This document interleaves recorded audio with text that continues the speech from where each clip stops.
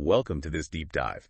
Today we're plunging into the really crucial world of cybersecurity, incident detection, and response based on those resources you shared. That's right. We'll be digging into how security pros actually spot and deal with threats, the teams, the tech, and even look at how a giant like Google handles some really sophisticated attacks. Our mission, really, is to pull out the key stuff, give you a solid grasp of this area without, hopefully, getting too lost in the jargon. Exactly. We're aiming to break down the core processes, the technologies that really form the backbone of cyber defense today. We'll look at the life cycle of an incident, the different units involved, and the critical tools they rely on. Understanding these building blocks is, well, it's essential if you want to grasp how organizations actually protect themselves and their users, of course. Okay, let's get into it then. So when something actually happens, a security incident, what's the typical flow? Our sources mentioned a kind of standard process. Yeah, there is. The NIST incident response lifecycle gives a pretty good framework. It generally starts with preparation. That's all about getting your defenses ready, having plans sorted before anything happens. Right, being prepared. Makes sense. Then comes detection and analysis. That's spotting something's wrong and figuring out what it is. Uh-huh. Followed by containment, eradication, and recovery, basically stopping the attack, getting rid of it, and getting back to normal. Okay. And finally, there's the post-incident activity. Learning lessons, improving things for next time. That preparation phase sounds key. Often overlooked, maybe? Definitely. It's the foundation. If you neglect that, well, everything else becomes much harder. A small issue can blow up fast. So who are the actual people responding when these digital alarms go off? We hear terms like CRC and SOC thrown around. Yeah, those are the main players, organizationally speaking. A CSART, Computer Security Incident Response Team, that's your dedicated group, trained specifically to manage incidents when they happen. Like a cybersecurity fire department. Kinda, yeah. They often have different roles inside the team: security analysts doing the initial digging, technical leads handling the hands-on fixes, patching systems maybe. Yep. And then incident coordinators making sure everyone's talking to each other, coordinating across departments, even bringing in non-security folks if needed. So the CSART is the rapid response. Are they just waiting for the alarm, or do they look for trouble too? Good question. Primarily, yes, they react to incidents, but a mature CSART will often do proactive stuff too, like threat hunting. Threat hunting. Actively searching for signs of compromise that the automated systems might have missed. Then you've got the SOC, the Security Operations Center. Right, the SOC. Think of the SOC as more of the standing guard force. They're constantly monitoring networks, systems, looking for threats 24/7. You hear blue team. The SOC is core blue team territory defense. And it's not just one big room of people staring at screens, is it? I gather there's a structure. Oh yeah, definitely. SOCs usually work in tiers. Tier 1 analysts are the first line monitoring alerts, basic triage, escalating the serious stuff. Okay, the initial filter. Exactly. Tier 2 analysts dig deeper, investigate more complex incidents, maybe tweak the security tools, write new detection rules. And Tier 3, those are often the SOC leads, really experienced folks. Yeah. They manage the team, handle the most advanced threat analysis, maybe even reverse engineer malware. Wow. Okay. And overseeing it all is the SOC manager responsible for the whole operation, staffing, reporting up the chain. You might also find specialists like forensic investigators or dedicated threat hunters within the SOC structure. Okay. Got the teams. Now, detection. How do they actually find these threats? That's where the tools come in, right? IDS, IPS, EDR? Precisely. These are your early warning systems. And the key takeaway from the resources is that it's not about picking just one tool. It's about layering these different capabilities. Yeah. IDS, IPS, EDR, they work together to create a much stronger safety net. So what's the difference? They all sound like they're looking for bad stuff. They are, but slightly differently. An IDS, intrusion detection system, mainly detects suspicious activity and flags it, sends an alert. Like a security camera recording. Exactly like that. It sees something potentially bad, records it, tells someone, but doesn't necessarily step in. Tools like Zeek, Suricata, Snort, Sagan were mentioned as examples. Okay, sees it, reports it. What about IPS then?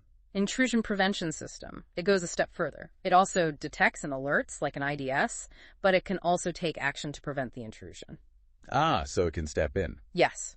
Like that security camera that can also automatically lock the doors if it sees trouble. Because an IPS sits in line with the network traffic, it can actively block malicious packets. Whereas the IDS is usually just watching a copy of the traffic. Typically, yes. Though some tools like Suricata and Snort can actually be configured to do both roles, IDS and IPS. Got it. Detect and notify versus detect and block, and then EDR, endpoint detection and response. That sounds device specific. Spot on. EDR focuses on the endpoints themselves, your laptops, desktops, servers, mobile phones. It monitors activity on those devices. Looking for weird behavior on the machine itself. Exactly. It records what's happening, analyzes behavior patterns. EDR often uses machine learning, AI, to spot unusual activity that might signal a threat, even if it's not a known virus signature. Like a program suddenly trying to access strange files. Precisely that kind of thing. And EDR can often automate responses too, like isolating a compromised machine from the network or killing a suspicious process. Okay, so IDC watching the network pipes, EDR watching the actual endpoints. That makes sense as layers. But these tools, they must generate a lot of noise, right? Alerts aren't always real threats. We heard about true positives and false positives. That's a huge challenge. A true positive, great. The tool correctly spotted a real attack. A true negative, also good. Nothing's happening, no alert. Yep. The problems are false positives. The tool flags normal activity as bad. That wastes a lot of time for analysts. Alert fatigue is a real thing. Just too many alerts to handle. Right. But even worse is the false negative. A real attack happens, but the tool misses it completely. That's the nightmare scenario. Yeah, the one that slips through the cracks.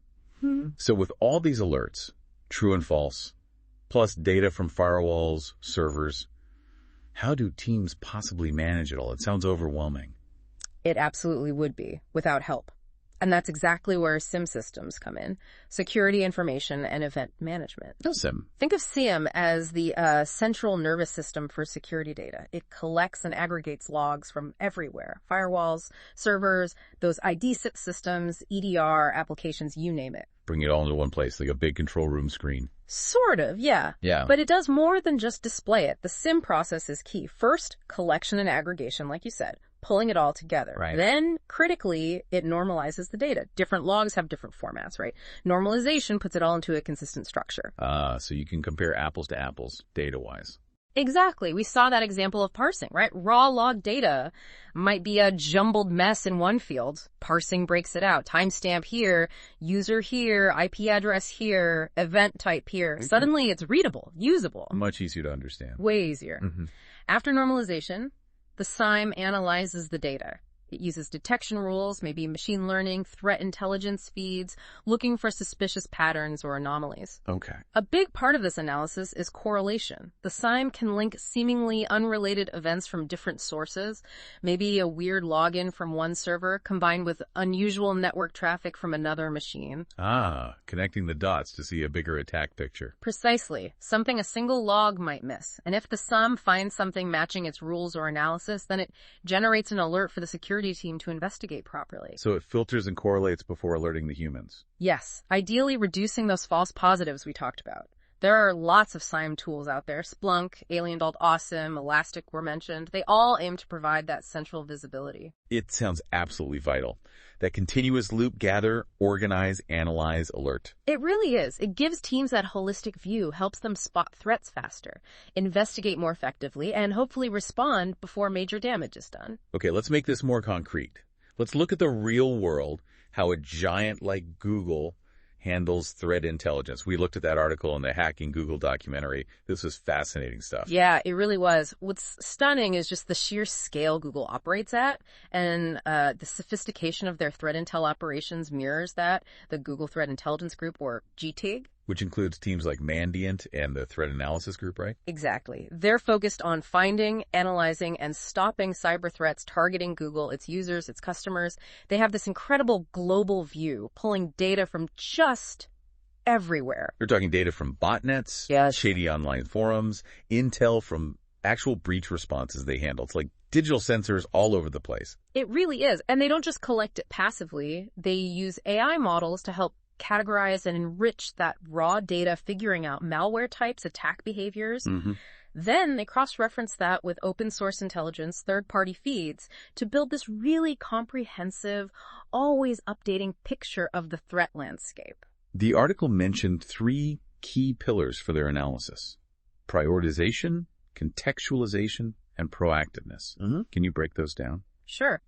Prioritization is basically figuring out which threats out of the thousands they see daily actually matter most. Which ones pose the biggest risk to Google or its users? Because they see so much noise, they need to focus. Exactly. They can spot the threats that are actually working or could cause real harm and focus their efforts there. Then contextualization. Okay. That's about connecting the dots, linking the type of malware used, the tactics, maybe chatter from some underground forum, to get a fuller picture of an attack campaign, sometimes even identifying who might be behind it. Attribute. Right. And proactiveness is using all that intelligence to get ahead of the game.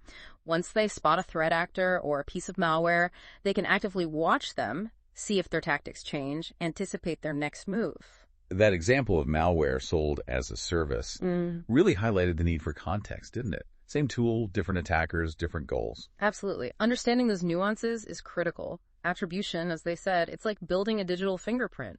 Looking at technical clues, behavior patterns, it's rarely one smoking gun, more like correlating lots of indicators to build confidence about who's responsible. And the documentary really brought this to life with that story about North Korean attackers targeting security researchers. Wow, that was something else. Yeah, a really stark example of a skilled, persistent adversary. They used complex social engineering, creating fake online profiles, building trust. Right, pretending to be other researchers. All to trick actual researchers into clicking bad links or visiting malicious sites to compromise their computers. Their goal: stealing valuable security research. And Google's response was intense. They found the intrusion attempts, did deep forensics on compromised machines, and then this fleet check. What was that? The fleet check, essentially, scanning every single machine across Google's massive internal network. Every single one. Yep. Looking for those specific indicators of compromised malware signatures, domains the malware talked to, weird processes that they found on the first infected machines. A huge digital sweep to see how far it had spread. Exactly. And when they found other compromised machines, their response was blunt: burn it all down. Meaning? Completely wipe and reinstall everything on those affected systems, operating system, all software. Start fresh. Wow. No chances taken. None. It ensures the attackers are completely gone, no hidden backdoors left behind. It really shows the seriousness needed for these advanced persistent threats, these APTs. And that mention of North Korean IT workers posing as remote freelancers. Another sophisticated threat vector. Yes, another example of state-sponsored actors using deception in that case, trying to infiltrate companies for espionage or financial gain by pretending to be legitimate workers. It just underscores the constant vigilance needed. Yeah.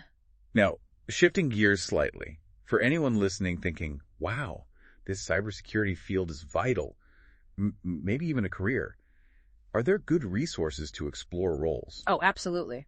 The sources mention the National Initiative for Cybersecurity Careers and Studies, NICCS. That's a great online resource. NICCS. It's okay. It has info on training, education, careers, and they have a specific tool, the Cyber Career Pathways tool. That sounds useful. What does it do? It maps out different work roles based on the NICE framework for cybersecurity. It breaks the workforce into 5 communities: IT, cybersecurity itself, cyber effects, intel, and cross-functional. For numerous roles within those areas, the tool details the tasks involved, the knowledge and skills you need, even potential career progressions. It makes it way easier to see where you might fit in and what you'd need to learn. That's brilliant for anyone exploring options. One last thread that kept coming up: documentation. Why is keeping detailed records so incredibly important in all this? It's absolutely critical, non-negotiable, really. We saw that example of an incident handler's journal. Right. That journal is basically a minute-by-minute detailed log of everything related to an incident: the who, what, where, when, why, every action taken, every decision made, even questions that pop up that need answers later. Like a detective's notebook during a case. Very much like that. It prevents crucial details from being lost or forgotten in the heat of the moment. It provides a reference for future incidents, and it's essential for that post-incident analysis we talked about earlier. Learning lessons. Exactly. You need accurate records to figure out what worked, what didn't, and how to improve your defenses and response next time. So wrapping this all up, what does this mean for you listening? Hopefully this deep dive gave you a much clearer picture of this complex world of cyber detection and response. You've seen the layers from those initial detection tools right up to the really sophisticated analysis and response you see at places like Google. You get a better sense of the teams, the tech, and the kind of critical thinking needed. And it really highlights how threats are constantly changing, doesn't it? The need to be proactive is huge. Thinking about that North Korean campaign, the sheer ingenuity of attackers, it demands constant adaptation from the defenders. Definitely. So maybe something for you to think about. What do you see as the biggest challenge in cybersecurity today? That's a great question to ponder. And if you are keen to learn more, definitely check out that NICCS website and the Cyber Career Pathways tool. Yeah, great starting points. Or maybe look deeper into specific tools like Zeek or Suricata or SIEM platforms like Splunk or Elastic. The Google Cloud Security blog is also a good source for their insights. Lots to explore. Absolutely. This deep dive, it's really just scratching the surface. There's a huge amount out there if you want to keep learning.